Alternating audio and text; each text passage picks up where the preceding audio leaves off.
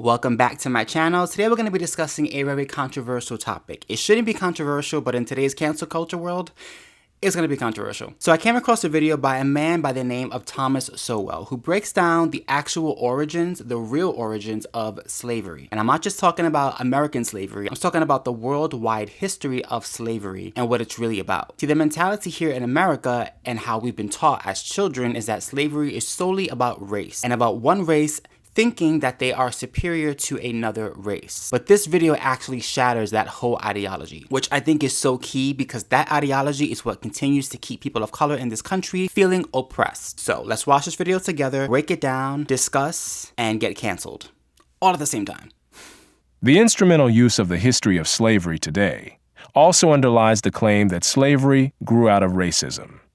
For most of its long history, which includes most of the history of the human race, slavery was largely not the enslavement of racially different people, for the simple reason that only in recent centuries has either the technology or the wealth existed to go to another continent to get slaves and transport them en masse across an ocean.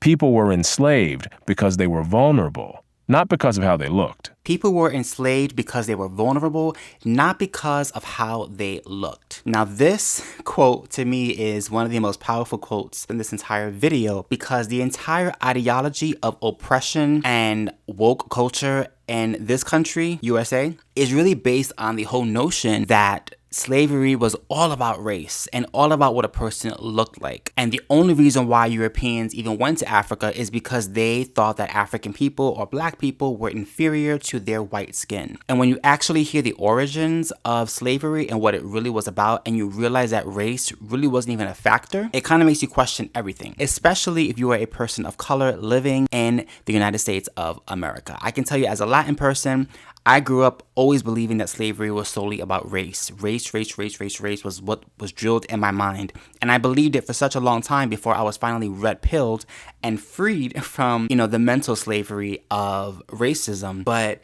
to actually hear it in this video, I just think it's so eye-opening because it really allows you to be free from the idea that everything is about color and race and skin, when in actuality, especially with the origins of slavery, it's not. And by the way, just saying that out loud will get you canceled. Insanity. The peoples of the Balkans were enslaved by fellow Europeans, as well as by the peoples of the Middle East, for at least 6 centuries before the first African was brought to the Western Hemisphere. Before the modern era, by and large, Europeans enslaved other Europeans, Asians enslaved other Asians, Africans enslaved other Africans, and the indigenous peoples of the Western Hemisphere enslaved other indigenous peoples of the Western Hemisphere. Again, another fire point, because what he's saying here is that slavery has always been about money, about power, and about business, regardless of where it has taken place, whether it's in Asia, the Americas,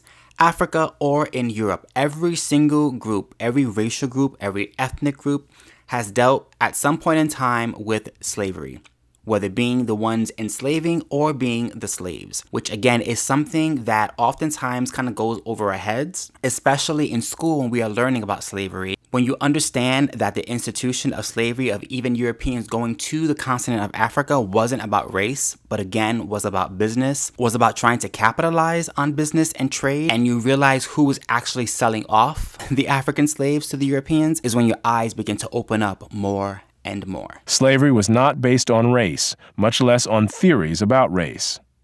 Only relatively late in history did enslavement across racial lines occur on such a scale as to promote an ideology of racism that outlasted the institution of slavery itself. Wherever a separate people were enslaved, they were disdained or despised, whether they were different by country, religion, caste, race, or tribe. The form in which the story of slavery has reached most people today has been along the lines of the best-selling book and widely watched television miniseries Roots by Alex Haley.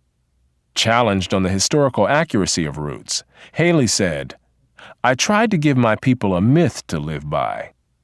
This instrumental use of history, or purported history, is open to the same objections as other instrumental myth-making. This part of the video blew me away, and I'm not even exaggerating, it blew me away. To think that the author and the creator of Roots, the story, which is one of the most well-known slave movies, slave books, slave depictions, and I think not just American history, but just the world. Everyone's seen Roots. To know that this person purposefully depicted this specific story knowing that it was a lie, knowing that it was a myth, and to hear their justification of that, knowing that what they were displaying was not really accurate historically, and they were okay with that because they wanted to give their people a myth to believe in. It's so messed up. It is so messed up. And the whole Roots myth and that whole, I guess, narrative is what is being taught in schools. And that is the problem. You are teaching a false narrative that does not really encompass what actual slavery was. Despite the impression created by Roots, during the era of the massive slave trade from West Africa, a white man was more likely to catch malaria in Africa than to catch slaves himself. The average life expectancy of a white man in the interior of sub-Saharan Africa at that time was less than 1 year. By and large, men from Europe or the Western Hemisphere came to the coasts of Africa, bought their slaves, and left as soon as possible. Even so, the death rates among the white crews of the ships carrying slaves to the Western Hemisphere were as high as the death rates among the slaves themselves. It was only much later, after quinine and other medical measures enabled Europeans to survive where there were tropical diseases, was it possible for them to invade Africa in force and establish empires there. But by then, the Atlantic slave trade had already been ended. Again, something that I had no clue of when I was growing up in school and I was being taught about slavery. I had no idea that the Europeans were more likely to die from diseases by going into the interior of Africa within a day. During the era of that trade, Africa was largely ruled by Africans, who established the conditions under which slave sales took place. Africans established the conditions to which slave trade took place. You know what that means?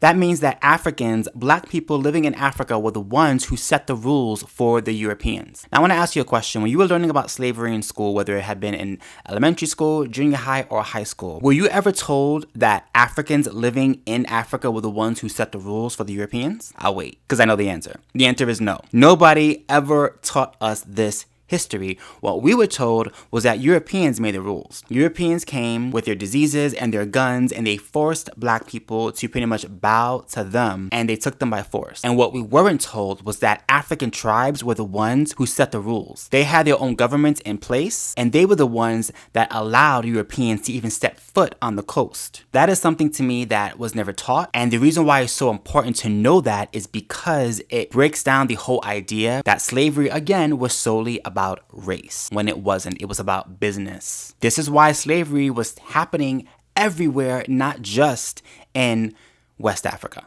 The crew of a slave ship was in no position to defy African rulers and their armies by going out across the land and capturing people willy-nilly.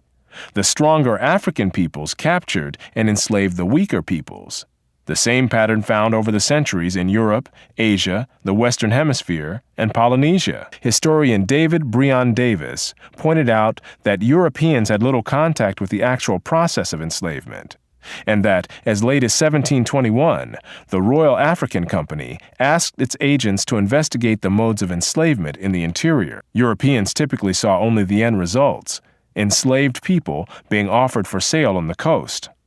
It was much the same story in the Ottoman Empire, where those who bought slaves had no idea what these slaves had been through before.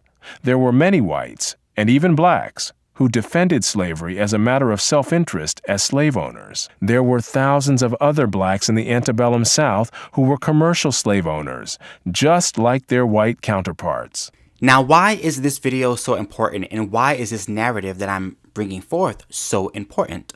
I'm going to tell you. This isn't about me trying to erase racism from the table, right? Because after slavery happened in America, we know that Jim Crow was born, segregation happened, the civil rights movement happened, and a lot of horrible racist things happened in America. So there's no denying that fact. And it happened from slavery. That was a horrible effect of slavery in this country. But the point of the video is to really dissect the whole idea of slavery versus how we were taught about slavery as children. If you break down the narrative and you destroy the whole idea that slavery was solely about race, then it doesn't give any power to the idea of any racial superiority that white people supposedly have over black people or had over black people at the time of slavery. Because the whole idea of oppression and being angry today is to say, you know, back in the day, my ancestors were enslaved because they weren't strong enough, and they were enslaved and targeted solely because they were black, when in reality, that had nothing to do with it. I mean, you heard it in the video. There actually were black Americans who owned slaves. Black Americans. That goes to show you that slavery was about business. It was horrible, it was corrupt, it was disgusting, it was evil. Every single civilization throughout the entire world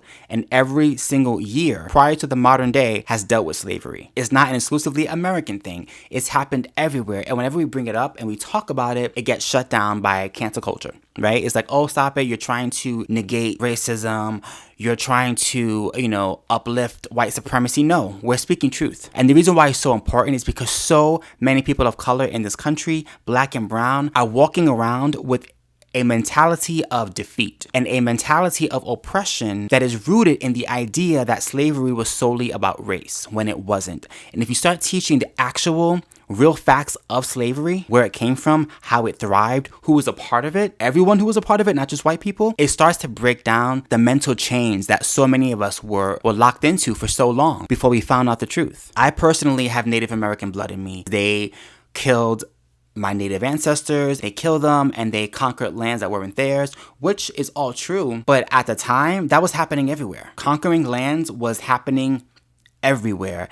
And before the Europeans entered the Americas, you know what was happening? Enslavement, brutality, human sacrifice, cannibalism, war. Native people, African people were not sitting around a campfire singing Kumbaya until the evil white people showed up. Destruction was already happening, which is why the Europeans were able to find trade in Africa, because the other African tribes who were doing the enslaving made it easy for them. So I think it's just important to understand the full aspects of slavery and the full story of slavery, because it will start to break down the idea that one has to be angry today as a black person or as a person of color in this country, because in your mind you're thinking it's all about race. And when you realize that it's not, and the origins of slavery is actually more intricate than what we were taught, and that there are way more layers than we ever even knew, it starts to open your eyes. And it almost breaks the chains away that one has been holding for so long. You know, there's this idea that's being taught in these CRT classes and these woke classes that tells people of color, like myself, and people who are darker, you can only go so far. You can only achieve so much. But at the end of the day, the white man is going to have his foot on your neck and is going to stop you from achieving what you really want to achieve. Well, I'm here to tell you that's a lie. As a person of color, you can do anything you want to do in this country. There is no law.